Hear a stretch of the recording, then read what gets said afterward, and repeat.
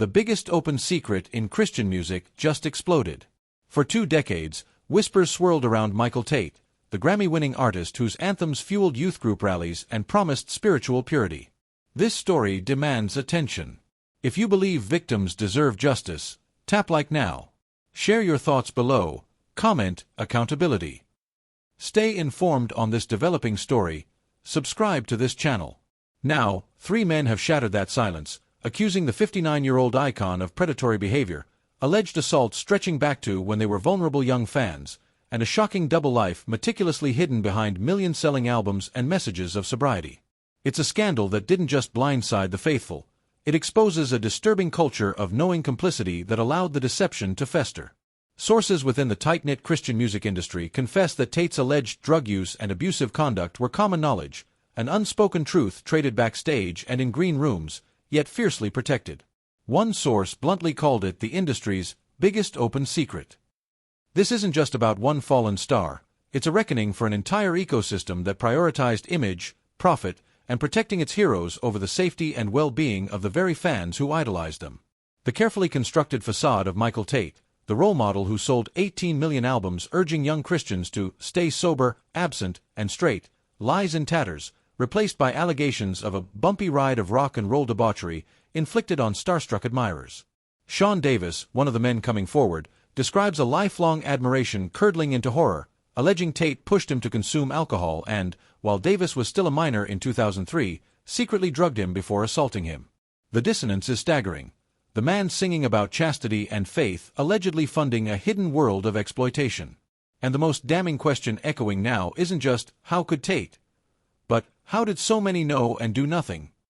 The allegations against Michael Tate paint a picture of calculated predation exploiting fandom and faith. 3 men, all raised in devout evangelical homes where Tate's music was the soundtrack of their spiritual formation, have stepped into the light. Their stories share chilling parallels. The initial awe of meeting their childhood hero, the rapid erosion of that image as Tate allegedly drew them into his orbit, and experiences marked by coercion, substance abuse, and sexual assault. Sean Davis, now publicly identified, recounts meeting Tate as a troubled youth seeking solace in Christian music. What began as mentorship, Davis claims, quickly devolved. He alleges Tate pressured him into drinking alcohol, a direct contradiction of the artist's public sobriety message. The most harrowing claim involves an incident in 2003. Davis, then a minor, alleges Tate secretly drugged him before sexually assaulting him. The trauma detailed speaks of a profound betrayal, shattering not just Davis's trust in Tate, but potentially his connection to the faith community Tate represented. The other accusers describe being taken on a bumpy ride of rock and roll debauchery, orchestrated by Tate. These aren't isolated incidents brushed under the rug. They span years, suggesting a pattern of behavior targeting young, impressionable male fans drawn to Tate's immense stature within the evangelical world. The impact goes beyond the alleged acts themselves. The accusers describe a devastating psychological toll, confusion, shame, fractured faith, and a deep-seated fear of speaking out against such an influential figure. Their courage in coming forward, particularly Davis using his name, directly challenges the culture of silence that enabled Tate for so long. Their accounts starkly contrast the meticulously cultivated public persona, the clean-cut family man singing about resisting temptation, whose music provided comfort and guidance to millions. The sheer scale of this dissonance, 18 million albums sold promoting purity while allegedly perpetrating abuse, forms the core of the scandal's profound shockwave. It forces a painful question. How many others suffered in silence, their stories buried under the weight of Tate's fame and the industry's reluctance to confront its shadows? Perhaps the most corrosive element of the Michael Tate scandal isn't the allegations themselves, horrific as they are, but the revelation that they were an open secret meticulously maintained within the Christian music industry. An investigation speaking to 25 industry figures uncovered a damning consensus. Knowledge of Tate's alleged misconduct was widespread. Producers, managers, fellow artists, publicists, and executives. Many admitted to prior awareness of rumors or specific allegations about Tate engaging in abusive behavior and drug use. This wasn't mere gossip confined to the shadows. It was reportedly common knowledge backstage at festivals, in recording studios, and within the corridors of Christian record labels. Yet, for nearly 20 years, this knowledge remained locked within the industry bubble. The reasons for this deafening silence are complex but point to systemic failures. Protecting the lucrative Tate brand was paramount. His albums generated millions, sold-out tours boosted promoters, and his image as a wholesome role model was central to the Christian music marketability.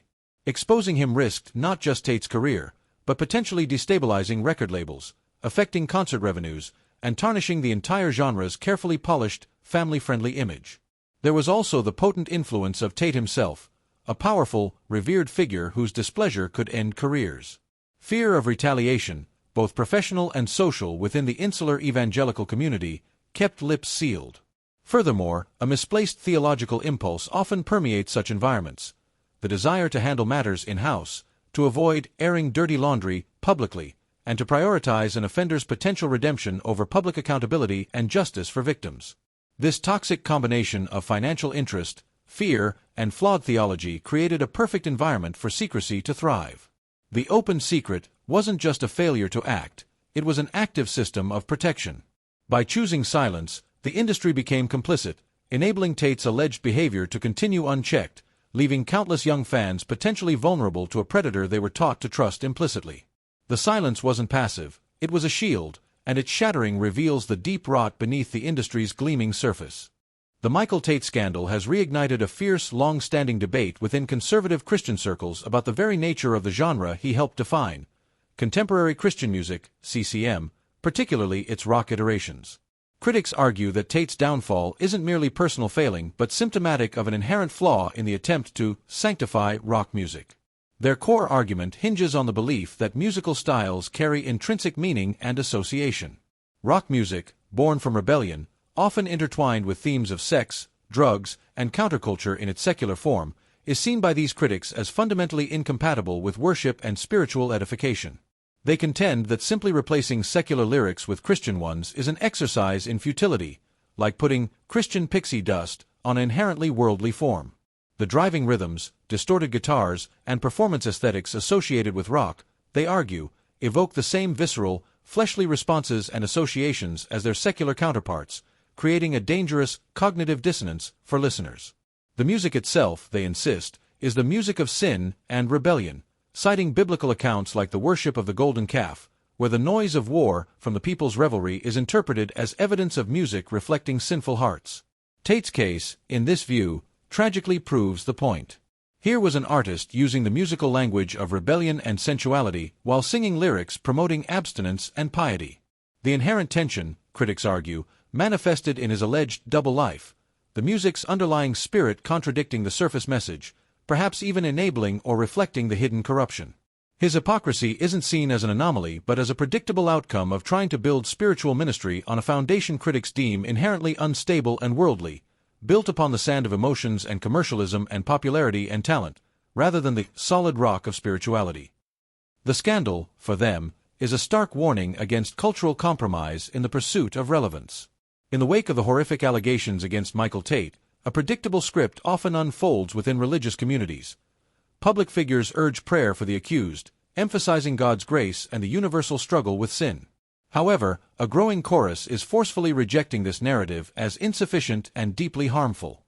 The core argument is blunt, equating the alleged predatory, criminal behavior of someone like Tate, exploiting minors, leveraging immense power, and betraying sacred trust, with common human failings is a dangerous false equivalence. We all struggle with sin, the argument goes, but not all of us struggle with that. This pushback demands a fundamental shift in focus, away from performative grace for the powerful offender and towards tangible justice and support for the victims. The priority must be the individuals whose lives were allegedly shattered by Tate's actions. Their trauma, their healing, and their need to be heard and believed should occupy the center of the Christian response. Blanket calls to pray for Tate are seen as actively minimizing the victim's suffering and perpetuating a system where offenders are coddled while survivors are silenced or forgotten. This perspective finds strong support in Scripture. While advice exists about careful handling of accusations, a key command urges, "Them that sin rebuke before all, that others also may fear." This is interpreted as a mandate for public accountability for leaders who cause grave harm, serving as a necessary deterrent. The emphasis is on creating a healthy fear within religious institutions, a fear of the consequences of abuse and hypocrisy, a recognition that unchecked sin, especially by leaders, corrupts the entire body. The call is for clear condemnation of Tate's alleged actions, robust support for his accusers, and systemic changes within the Christian music industry and broader evangelical culture to prevent such cover-ups.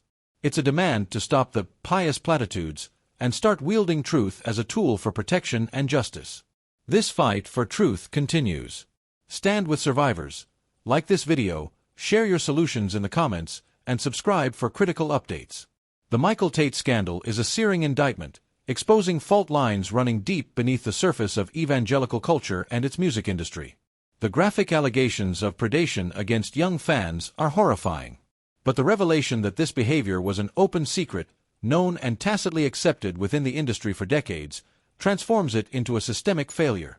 It reveals a culture where preserving image, protecting financial interests, and insular loyalty consistently trump the duty to protect the vulnerable. The silence wasn't passive neglect, it was an active choice enabling alleged abuse. This complicity, born from fear, misplaced theology, and the gravitational pull of Tate's stardom, allowed a predator to operate with impunity under faith's banner. The dissonance is unbearable. The man whose music urged purity allegedly used that platform to perpetrate abuse. This profound hypocrisy is the scandal's rotten core. The fallout extends beyond Tate. It implicates an entire ecosystem: record labels, promoters, fellow artists, executives, and a theological culture prone to protecting powerful men. The scandal forces questions. How many other open secrets fester? How many victims were silenced? It mirrors patterns in church abuse scandals, highlighting recurring accountability failures. Furthermore, the scandal validates long-standing critiques of contemporary Christian music. While many find spiritual connection through the genre, arguments that rock music's rebellious roots create inherent tension with holiness find grim validation here. Tate's alleged rock and roll debauchery becomes emblematic of dangers in an industry built on cultural compromise for relevance. It exposes the vulnerability when spiritual authority rests on personalities disconnected from their message. The response now is critical. Circling the wagons, offering vague prayers for Tate while ignoring victims, must be rejected. Such responses perpetuate abuse cycles. Scriptural calls for public rebuke of sinning leaders demand justice and community health. The focus must shift decisively to victims, their pain, validation, support, and healing. Prayers are essential, but directed first to those bearing scars. Grace must reach survivors, not just shield the fallen star. True grace for Tate requires genuine repentance and accountability. This moment demands systemic change. The Christian music industry and evangelical institutions need rigorous, independent accountability structures, mandatory reporter training, clear protocols for allegations, transparent external investigations, zero tolerance for cover-ups. Financial transparency is crucial to dismantle systems protecting predators. The culture of silence must shatter, replaced by protecting whistleblowers. Theology must prioritize the vulnerable over institutions. True faith cannot coexist with exploitation. Michael Tate's story is a dark chapter, but its legacy needn't be despair. It can be the catalyst forcing open secrets into light, the moment the industry protected children over idols, the moment victims' voices rose above platitudes. It can be the moment the church remembered its foundation is truth and justice. The path requires courage to confront truths and dismantle power systems. It requires listening to survivors, believing them, centering their healing. It demands holding institutions accountable. The message must be clear: the era of the open secret is over. No more hiding. No more silence. Only truth, accountability, and relentless justice for victims. This is the only authentic response. The world watches, and faith hangs in the balance. The time for action is now. Like, comment your thoughts, and subscribe to follow this crucial story.